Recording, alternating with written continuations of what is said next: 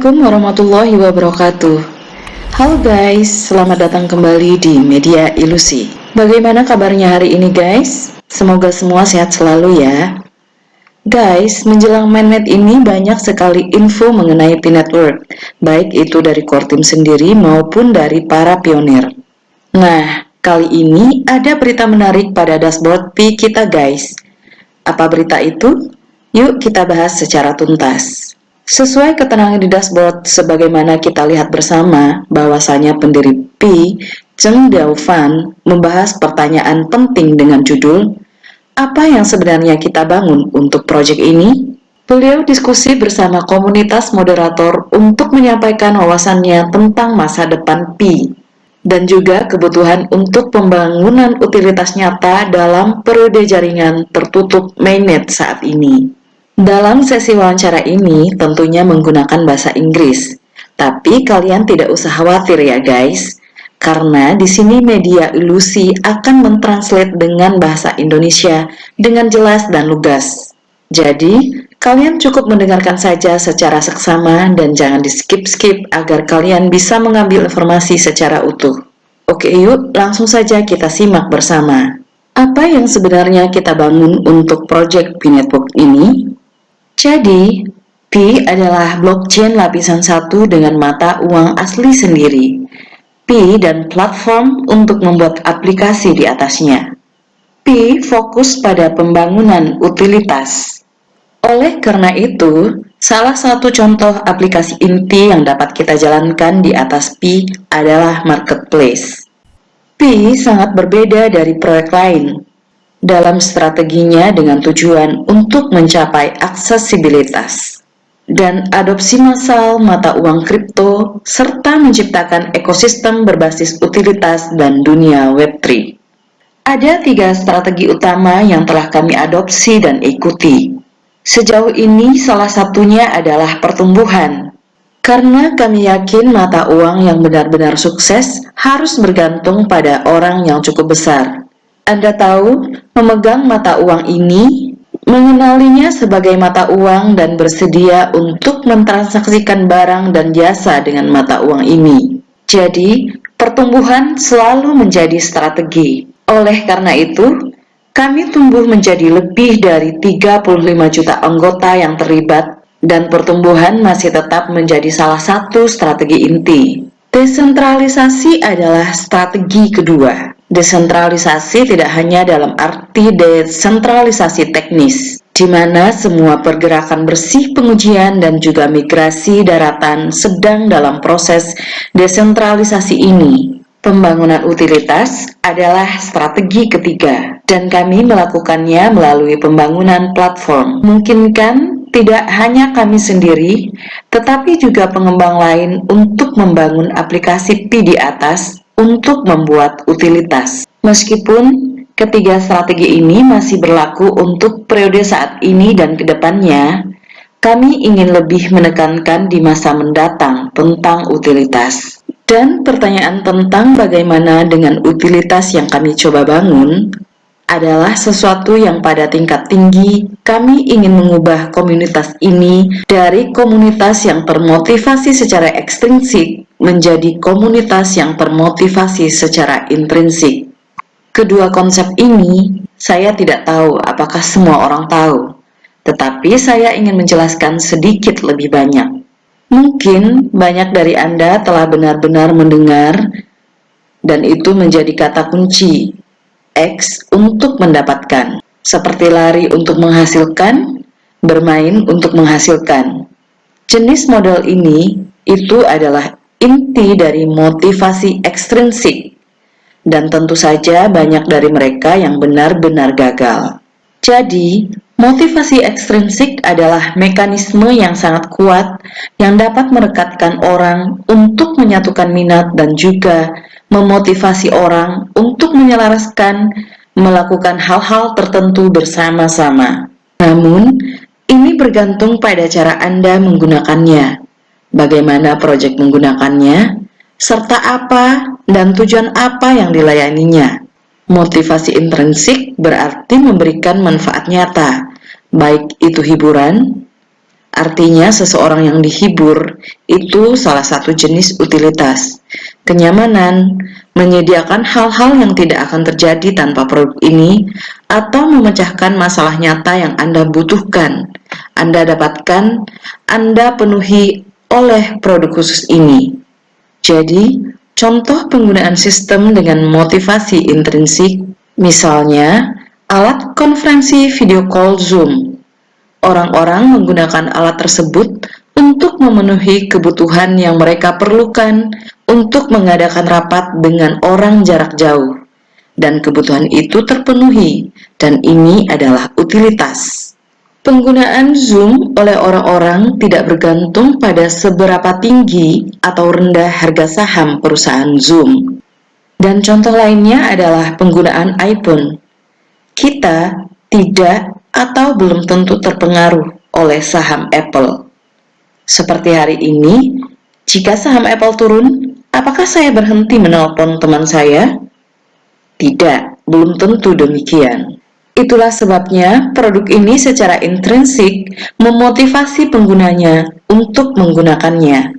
Jadi, apa yang coba kami lakukan? Visi yang lebih besar atau strategi tingkat yang lebih tinggi adalah bahwa kami ingin mengubah komunitas kami dari sangat termotivasi secara ekstrinsik menjadi termotivasi secara intrinsik. Artinya, pionir harus mau datang ke jaringan Pi terlepas dari apakah ada sebuah motivasi ekstrinsik, atau menambang Pi adalah motivasi ekstrinsik bagi pionir. Namun, selain mekanisme yang membantu kami mengembangkan jaringan ini dengan sangat kuat, kami ingin mengubah jenis utilitas yang dibuat dan disediakannya untuk komunitas. Dan itulah sebagian alasan kami juga merancang periode jaringan tertutup ini, yang seperti saya katakan, sangat berbeda dari proyek lain, sangat kontra-intuitif. Karena untuk sebagian besar proyek lain, tujuan mereka adalah untuk terdaftar. Kami secara khusus merancang periode terlampir untuk memelihara jenis bangunan utilitas tertentu yang tidak selalu memerlukan koneksi eksternal. Dan jenis utilitas tersebut akan membantu memelihara pola pikir, mendidik para pionir dan mentalitas komunitas untuk beralih dari keseluruhan komunitas kripto yang berfokus pada spekulatif untuk lebih menyukai apa yang sebenarnya dipecahkan, kebutuhan apa yang saya dapatkan untuk terpenuhi dari jaringan kripto ini, dan tentu saja saya tidak mengatakan bahwa jaringan terbuka itu tidak baik. Ini adalah tujuan akhir. Jadi, waktunya bergantung pada bagaimana dalam periode terlampir kami dapat mengembangkan jenis bangunan utilitas tertentu dan juga urgensi dari upaya kami untuk memproduksi, mencoba membuat utilitas yang bergantung pada jaringan eksternal. Oke, dan saya ingin menjawab mengapa kita perlu melakukan shift ini. Inilah kunci sukses yang sesungguhnya dalam dunia kripto dan dunia Web3. Jaringan kripto harus mampu memberikan layanan nyata daripada sekadar alat spekulasi, dan kripto serta blockchain itu sendiri secara alami memiliki utilitas tertentu, misalnya desentralisasi, anti-sensor, kedaulatan diri sepenuhnya. Semua utilitas asli blockchain yang sangat baik ini nyata, tetapi mereka belum tentu dibagikan secara umum oleh khalayak arus utama. Ini dibagikan oleh penggemar kripto, orang-orang yang memahami arti desentralisasi, yang benar-benar memiliki masalah anti-sensor. Seperti misalnya, awal mula Bitcoin, mengapa ia berhasil begitu banyak? Sebenarnya karena utilitasnya sendiri, utilitas asli dari blockchain. Sekarang, kita perlu menemukan sama halnya agar jaringan kita berhasil. Kita perlu menemukan utilitas nyata. Ini tidak lagi terbatas pada sekelompok kecil orang yang mendapat manfaat dari jenis utilitas asli ini. Oleh karena itu, Kami perlu membangun platform yang memungkinkan audiens arus utama mengakses utilitas yang dapat dimengerti untuk diuji, dibuat, diulang, dan diproduksi. Jaringan Pi bertujuan untuk menyelesaikan peralihan dari komunitas yang termotivasi ekstrinsik ke intrinsik untuk memunculkan utilitas baru dalam format Web3. Sejujurnya, proses ini bukanlah sesuatu yang Anda katakan akan Anda capai. Proses ini sebagai permulaan membutuhkan banyak uji coba dari begitu banyak aplikasi Pi yang berbeda oleh komunitas, oleh tim inti kami. Ini akan menjadi banyak kemungkinan kegagalan, karena utilitas dan produk nyata bukanlah hal yang pasti, dan tidak ada yang keluar dan berkata, "Oh, saya dapat membuat sesuatu," dan kemudian segera di hari berikutnya dijual di pasar. Saya mirip dengan itu dalam hal ini, hanya dalam konteks dunia kripto dan Web3. Utilitas itu nyata untuk memenuhi kebutuhan manusia yang sebenarnya. Jadi, seperti membuat startup atau bisnis. Setelah sukses, semua orang dapat mengatakan, "Oh, ide Facebook adalah ide sederhana. Semua orang yang Anda kenal membuat jejaring sosial dengan nama asli." Tetapi sebelum berhasil, dibutuhkan begitu banyak waktu dan literasi, dan sebenarnya begitu banyak percobaan. Sebelum Facebook, ada MySpace, dan semua jejaring sosial ini. Dan setelah itu, banyak dari Anda tahu upaya jejaring sosial, tetapi hanya yang ini yang berhasil.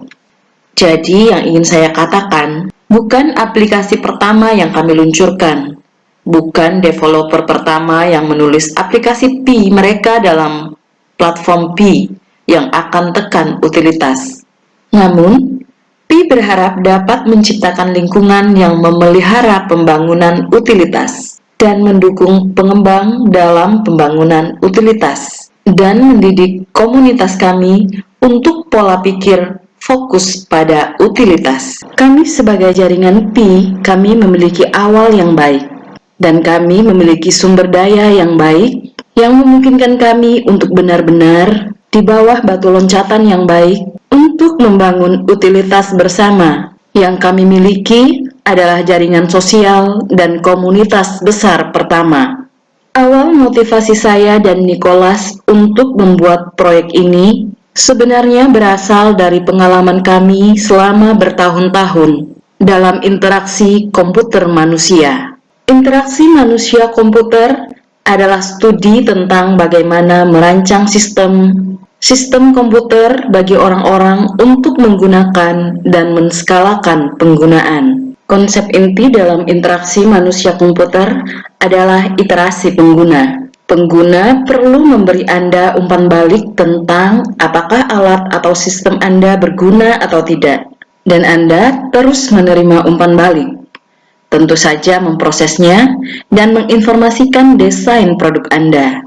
Loop ini harus terjadi berkali-kali. Seperti yang saya katakan, aplikasi Pi akan gagal berkali-kali. Namun dalam kripto sebelum kami membuat Pi, kami mengidentifikasi masalah puncak untuk kripto sebagai adopsi massal dan juga pembangunan utilitas nyata bahwa ada jaringan sosial yang terbatas. Bahkan saat kami mengajar siswa Stanford di kelas, membangun aplikasi terdesentralisasi, saat itu Ethereum adalah platform terbaik dalam hal alat pengembang dan lingkungan. Siswa kami benar-benar membuat Anda tahu banyak proyek untuk kelas. Namun, tidak ada yang menggunakannya. Bahkan tidak ada orang yang mengujinya. Tidak ada yang menggunakannya. Banyak ide bagus, tapi tidak ada orang. Jadi, mengapa Pi Network berbeda dari jaringan lain? Adalah karena kami melangkah di atas komunitas besar yang luar biasa ini. Dan komunitas ini menciptakan lingkungan yang cocok untuk produk nyata, perancangan, dan peningkatan. Jadi, jaringan sosial dan komunitas yang besar adalah sumber daya yang dimiliki jaringan Pi untuk mencapai jalur pembangunan utilitas. Oke guys, itulah pernyataan Cheng Diaofan yang menjawab pertanyaan penting dengan judul Apa yang sebenarnya kita bangun untuk proyek ini? Semoga pernyataannya bisa menjawab sedikit banyak pertanyaan dan keresahan dari para pionir ya guys. Sekian dulu untuk kali ini. Jangan lupa nantikan video-video kami selanjutnya. Dan jangan lupa untuk komen di bawah. See you on the next time and bye-bye.